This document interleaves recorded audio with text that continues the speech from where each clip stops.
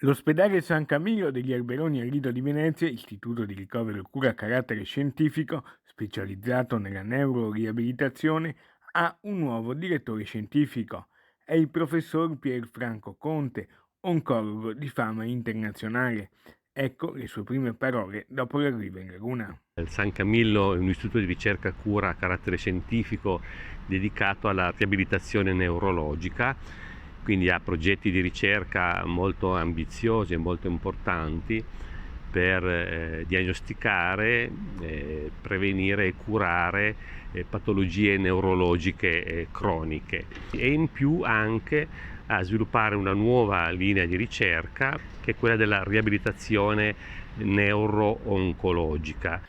La scelta di qualità dell'amministratore delegato Mario Bassano e delle suore mantellate di Pistoia. Fortunatamente, grazie alle nuove terapie, sempre più pazienti oncologici guariscono grazie alle terapie per l'appunto, ma ci stiamo rendendo conto che c'è una carenza di informazioni e studi sulle conseguenze a lungo termine di queste terapie. Ci sarà poi anche una stretta collaborazione con l'ospedale Mestrino di Villa Salus. Potrò continuare a svolgere fortunatamente anche il mio ruolo di oncologo per discutere in maniera multidisciplinare i pazienti oncologici trattati e ricoverati presso la Villa Salus e in particolare donne con tumore della mammella